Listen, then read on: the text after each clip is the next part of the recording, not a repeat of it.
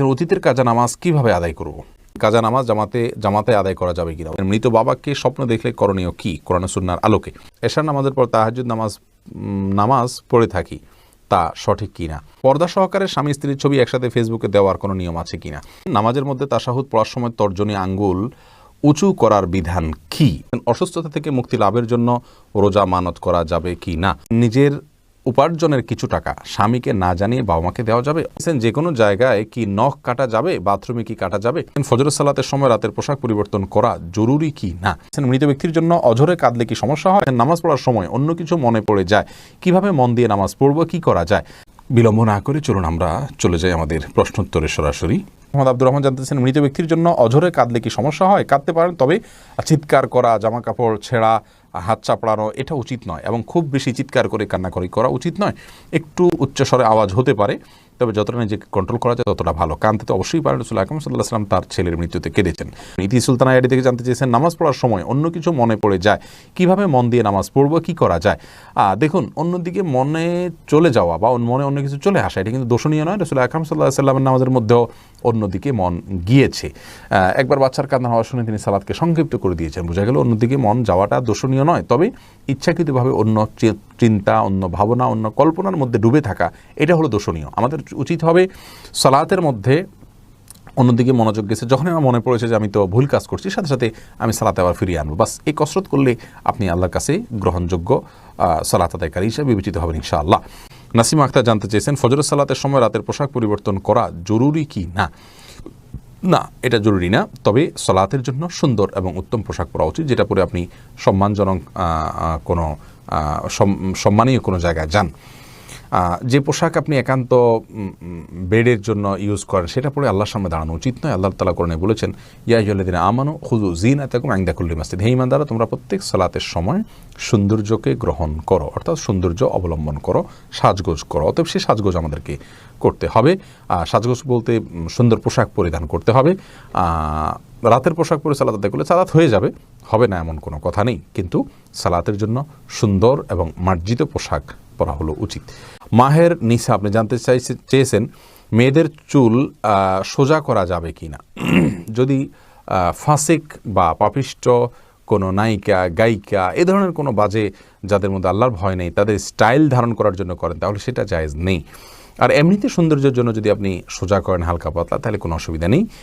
পর্দার বিধান যদি তাতে লঙ্ঘন না হয়, সোজা যদি হয়, তাহলে সেক্ষেত্রে যদি খাড়া খাড়া হয়, সে চুল নিয়ে আপনি বাহিরে গেলে পর্দার করতে অসুবিধা হয়, আপনার চুলের উপরে কুজের মতো, পিঠের কুজের মতো উঁচা করে খোপা পাদা, এটা হাদিসে নিষেধ রয়েছে।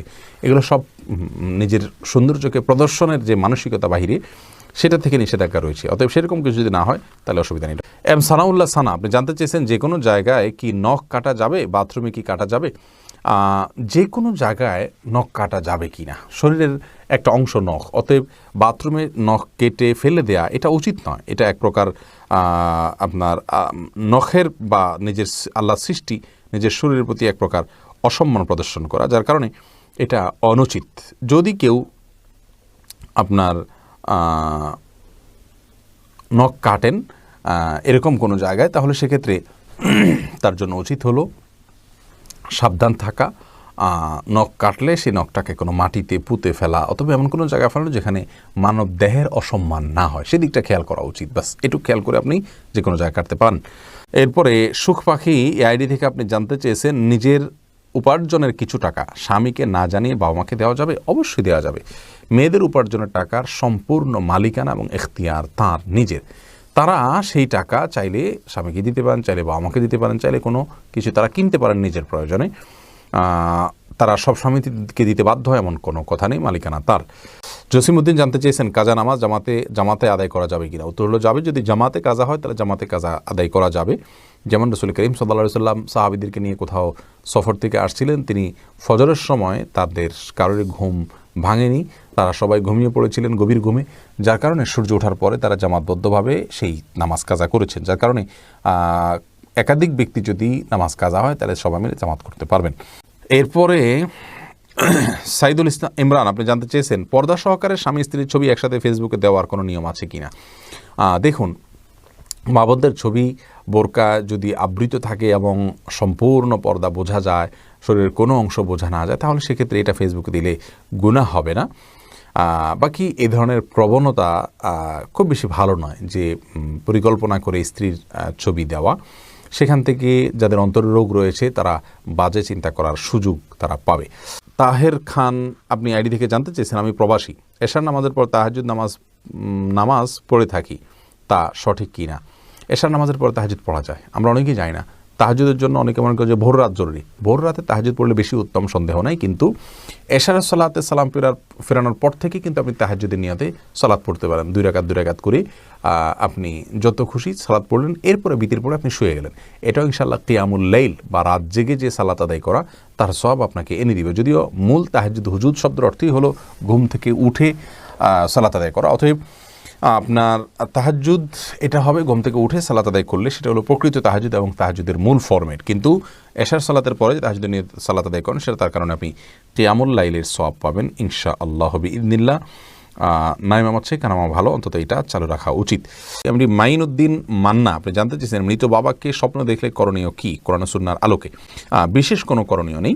আপনি তাকে দেখেছেন, আপনার তার প্রতি ভালো লাগা, ভালোবাসা কাজ করছে, তার জন্য আপনি এই জন্য বিশেষ করে আল্লাহর কাছে দোয়া করুন, আল্লাহর কাছে চান, তার পক্ষ থেকে দান সাদকা করুন, বাস। নির্দিষ্ট করে কোনো কিছু করতে হবে এমন কোনো বাধ্যবাধকতা নেই। শেখ সোহানুর রহমান জানতে চেয়েছেন, নামাজের মধ্যে তাশাহুদ পড়ার সময় তর্জনী আঙ্গুল উঁচু করার বিধান কি? এটা সুন্নাত, কেউ না করলে অসুবিধা নেই, নামাজ হয়ে যাবে, কিন্তু সুন্নাত বা মুস্তাহাব। অর্থাৎ আমরা যখন তাশাহুদ পাঠ করব, তখন আমরা তাশাহুদের মধ্যে মূলত সাক্ষ্য দিচ্ছি আল্লাহর একত্ববাদের, রাসূল আকরাম সাল্লাল্লাহু আলাইহি ওয়াসাল্লামের রিসালাতের, তখন আমরা আঙ্গুল উঁচু করে মুখের সাক্ষ্যটাকে আমার আঙ্গুলের সাথে আমার আচরণের মাধ্যমে আমি মিলাচ্ছি। অর্থাৎ আমি মুখে বলছি আল্লাহ ছাড়া কোনো সত্যিকারের মাবুদ নাই, সাক্ষ্য দিচ্ছি, মুহাম্মদ সাল্লাল্লাহু আলাইহি ওয়াসাল্লাম আল্লাহর রাসূল সাক্ষ্য দিচ্ছি, আবার তার সাথে আমি আঙ্গুল উঁচু করে আমি সাক্ষ্যর সাথে ওইটাকে আমি মেলাচ্ছি। তো এটা জায়েজ, এটা মুস্তাহাব, করা উচিত। যদি কেউ না করেন নামাজ হয়ে যাবে। এরপরে জান্নাতুল ফেরদাউস আপনি জানতে চেয়েছেন, অসুস্থতা থেকে মুক্তি লাভের জন্য রোজা মানত করা যাবে কি না? দেখুন, অসুস্থতা থেকে মুক্তি লাভের জন্য অবশ্যই আপনি রোজা মানত করতে পারেন, যে কোনো কাজের জন্যই মানত করা যেতে পারে। তবে হ্যাঁ, মানত এটা খুব বেশি প্রশংসনীয় কাজ নয়, বরং একজন মুসলিম হিসাবে আমাদের যে জিনিসটি করা উচিত তা হলো, আমি অসুস্থ আছি, আল্লাহ রাব্বুল আলামিনের রহমত প্রাপ্তির আশায় একটু আমল করলাম, একটু নফল রোজা এমনিতে রাখলাম, তাহলে সেটা হবে আমাদের জন্য ভালো এবং উত্তম কাজ। কিন্তু যদি আমাদের অসুস্থতাজনিত কারণে আল্লাহ রাব্বুল আলামিনের কাছে এভাবে মানত করি, আল্লাহ আপনি সুস্থ করে দিন, আমি রোজা রাখবো, তাহলে সেটা জায়েজ আছে, কিন্তু এভাবে না করে আগে থেকে রাখা উচিত। মানত করে কোনো কিছু আদায় করা কেমন যেন আল্লাহকে শর্তের মধ্যে ফেলা, যে আল্লাহ এটা আপনি করে দেন তাহলে আমি রোজা রাখবো। তার চাইতে আগে রোজা রাখুন এবং রোজা রেখে আল্লাহর কাছে প্রার্থনা করুন যাতে আল্লাহ আপনাকে সুস্থ করে দেন। বাকি মানত করা জায়েজ আছে, কোনো অসুবিধা নেই। রূপসা জাহান মেঘা আপনি জানতে চেয়েছেন, শুক্রবার ছেলেদের জুমার নামাজ শেষ না হলে মেয়েরা জোহরের নামাজ আগে পড়তে পারবে কি না, এবং পড়লেও নামাজ হবে না, এরকম অনেকে বলেন, এমনটি সঠিক কিনা? বোন রূপসা, দেখুন, শুক্রবার বা জুমার দিনে মেয়েরা মেয়েরা পুরুষদের সালাতের অপেক্ষা করবেন না, বরং ওয়াক্ত হয়ে গেলে তারা সালাত আদায় করবেন। পুরুষরা মসজিদে সালাত আদায় করেছেন কি না, সালাতের সময় হলো কি না, এই বিষয়গুলো তাদের দেখার কোনো প্রয়োজন নেই, বরং মেয়েরা তারা খেয়াল করবেন শুধুমাত্র যে মসজিদে ওয়াক্ত হলো কি না। যদি ওয়াক্ত হয়ে থাকে তাহলে সেক্ষেত্রে তারা তাদের বাসায় সালাত আদায় করবেন, এবং পুরুষদের মসজিদে সালাত আদায় হোক বা না হোক এ বিষয়টি তাদের দেখার কোনো প্রয়োজন নেই। সোহাগ আপনি অ্যাডি থেকে জানতে চান, অতীতের কাজা নামাজ কিভাবে আদায় করব? আপনি চেষ্টা করবেন এক ওয়াক্ত করে পড়ার, এবং যেটা আগের সেটা আগে, পরেরটা পরে, এরকম করার চেষ্টা করবেন। একাধিক ওয়াক্ত গেলে নিয়ত করবেন যে প্রথম যে ওয়াক্ত বাকি আছে প্রত্যেক নামাজে প্রথমটা নিয়ত করবেন, কারণ কথার কথা আপনার 10 ওয়াক্ত জোহর গেছে কাজা, তাহলে আপনি প্রথম জোহর যেটা আমার কাজা রয়েছে এরকম নিয়ত করবেন, এর পরেরটাকেও প্রথম নিয়ত করবেন, কারণ হলো একটা যখন পড়ে ফেললেন তাহলে পরবর্তীটা প্রথম হয়ে গেল, এভাবে প্রত্যেকটাকে আপনি প্রথম নামাজ এই নিয়ত রেখে সালাত আদায় করবেন।